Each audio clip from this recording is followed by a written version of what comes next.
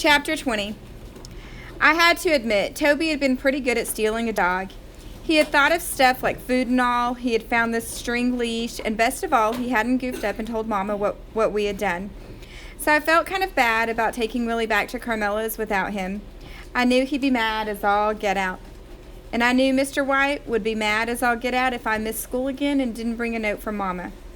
I knew he'd have a meeting with the principal like he'd warned me would happen. A meeting to talk about me and how much I'd been messing up. A meeting about why my mom wouldn't answer Mr. White's letters and all. I knew what was ahead of me if I did what I'd planned. But I was going to do it anyways.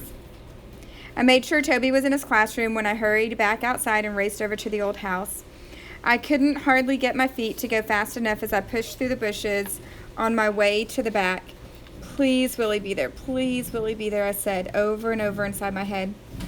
As soon as I rounded the corner of the house, I heard Willie's little happy little yips. Hey there, fella, I called, hurrying over to the porch. Willie stuck his head through the torn screen and wagged his whole body. I sat on the step and let him jump through the screen door into my lap. How you doing, fella? I said, scratching the top of his head. He sniffed my backpack, making little snuffling noises. I pulled out the peanut butter sandwich I had brought him and tore it into pieces. He gobbled them up, swallowing them whole without even chewing. Ready to go home, I said. Willie perked up his ears and let out a little bark. That dog sure was smart. I untied his leash and started for the path that led to the road, but as I was crossing the clearing where Mookie had camped, I noticed something that made me stop. A little green collar lying on top of the log that Mookie used to sit on. My heart dropped with a thud. That collar looked familiar. I picked it up and studied the tag. Yep, there it was, plain as day. Willie. I turned it over and read, Carmela Whitmore, 27 Whitmore Road, Darby, North Carolina.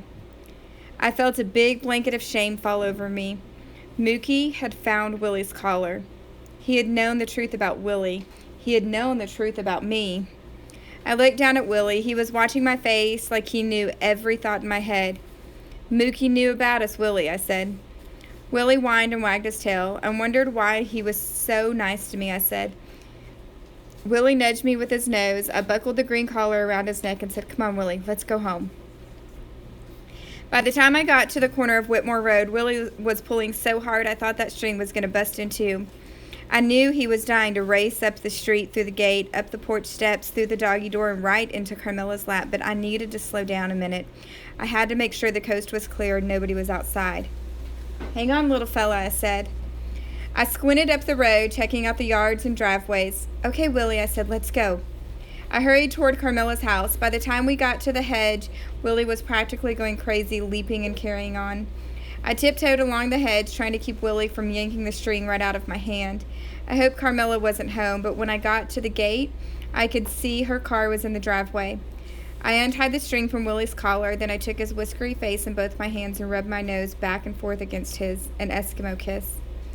I lifted the latch and opened the door. Then I let go of Willie's collar and watched him dash across the yard and up the steps, then disappear through the doggy door and into the house. I turned and hurried back up the road, but the farther I got from Carmela's house, the heavier my feet felt. By the time I got to the corner, they felt like cement bricks, slowing me down until I couldn't take another step. What's wrong with you, Georgina? I said to myself. Don't stop now. Get on out of here before somebody sees you. But I guess my heart was taking over my feet, making me stop, making me turn around, making me walk on back to Carmela's. I stood outside the gate. Music from a radio drifted out of the screen door. More than anything, I wanted to disappear, to leave Whitmore Road and never come back, to just pretend like I'd never laid eyes on Willie or Carmela. But I couldn't. I took a deep breath and put my hand on my heart. I could feel it beating fast and hard. Then I opened the gate and made my cement feet walk up the sidewalk to Carmela's front door. Carmela, I called through the screen. Georgina!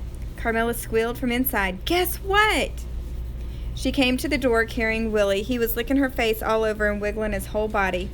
Willie's home, Carmela said. Tears were streaming down her face, and she looked as happy as a person could be. He just came running right through that doggy door and into the kitchen like he'd never been gone.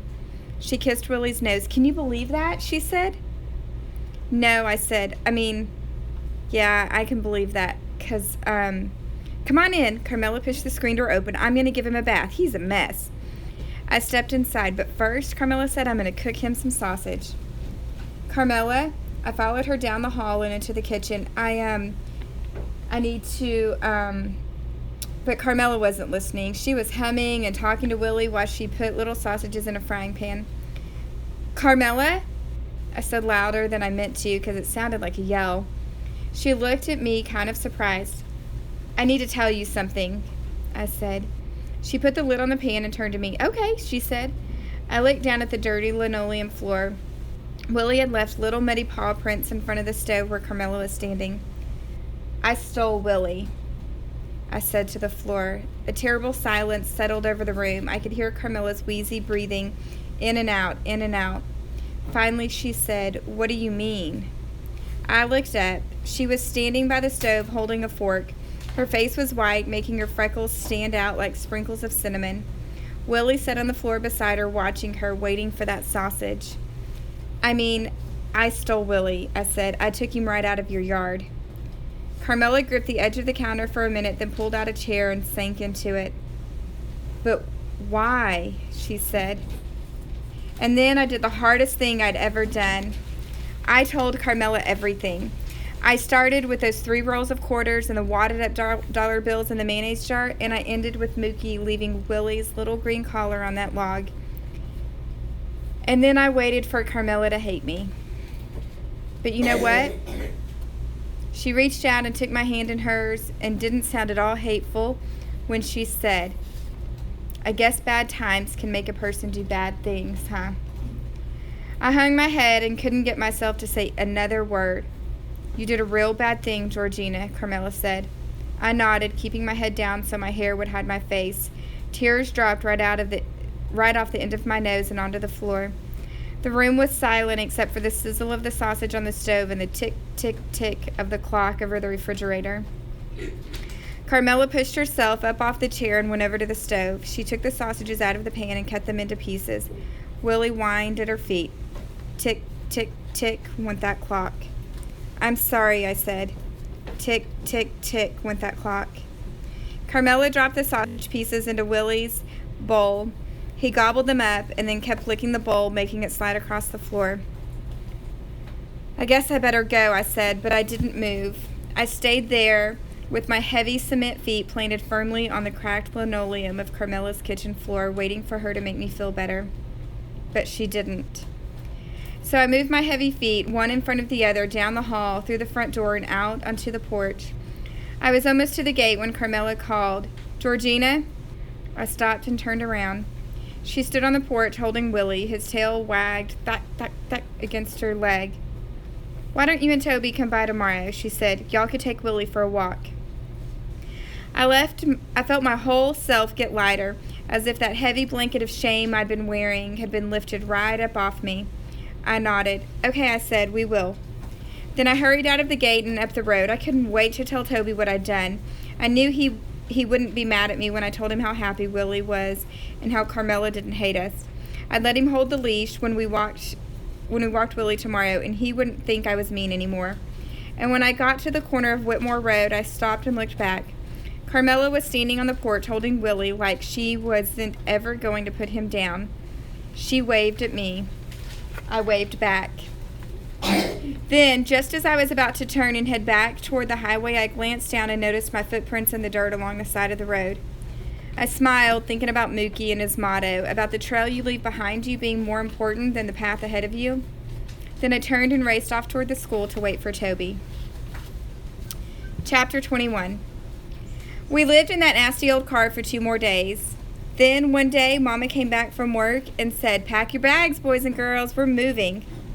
Me and Toby looked at each other, then back at Mama waiting. She tossed 2 Snickers bars into the back seat and said, You heard me, we're moving. And I'm talking house, a real house. Me and Toby started whooping and bouncing up and down on the back seat. Then we took down our beach towel wall and jammed all our stuff into garbage bags, school books and dirty t-shirts, playing cards and comic books. As we drove to our new house, I felt a flutter of excitement as I thought about being normal again. I pictured myself going to school in clean clothes and having all my homework done, and Mama telling Mr. White that everything was fine now, so don't worry about Georgina anymore. I pictured me and Luann having a sleepover like we used to, painting our toenails and sharing our secrets, maybe working on our cooking badge for Girl Scouts. I even pictured myself sitting on my very own bed wearing my new ballet shoes, combing my hair so I'd look nice for my ballet lessons with Luann and Lisa Thomas. When we pulled up in front of our new house, me and Toby grinned at each other. It was a tiny white house with a rusty swing set in the red dirt yard and a refrigerator with no door sitting right up on the front porch. But it looked like a castle to me. Somebody named Louise was already living there with her baby named Drew. Louise was a friend of Patsy's and needed somebody to share the house with her and help take care of Drew and pay some of the rent. I didn't have my very own room, but I had my very own bed. Louise gave me a plastic laundry basket to keep my things in and told me to put it up on the closet shelf so Drew couldn't get my stuff. The first night in our new house, Mama brought home pizza and we watched TV. Before I went to sleep, I lay in my bed and stretched my legs out under the cool sheets. The tiny window across the room was open and a soft breeze lifted the faded curtains. Moths flapped and buzzed against the screen. I reached under my pillow and took out my glittery purple notebook. I turned to my How to Steal a Dog notes, and in the dim glow of the hall light, I read through step 8 again, about making a decision, about getting a reward and not getting a reward.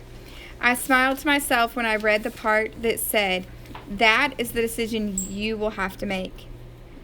I knew I had made the right decision because my tapping insides had finally settled down, but I still felt bad about what I'd done. I still wished I could turn back the time far enough to where I could do things different. But at least when I got into step 8, I made the right decision. I turned to a fresh page in my notebook and wrote May 3rd. Step 9. Those are all the rules for how to steal a dog. But, I drew a red heart around the word but, then I wrote in great big letters, do not steal a dog. Because, I drew a blue circle around because, then I took out my gold glitter pen and wrote, it is not a good idea. The end. I closed my notebook and slid it back up under my pillow. As I lay there in my very own bed, I thought about Mookie. I wondered what he was doing right that very minute. Was he making Hoover gravy? Was he wiggling that 3-fingered hand of his at somebody? Was he fixing somebody's car?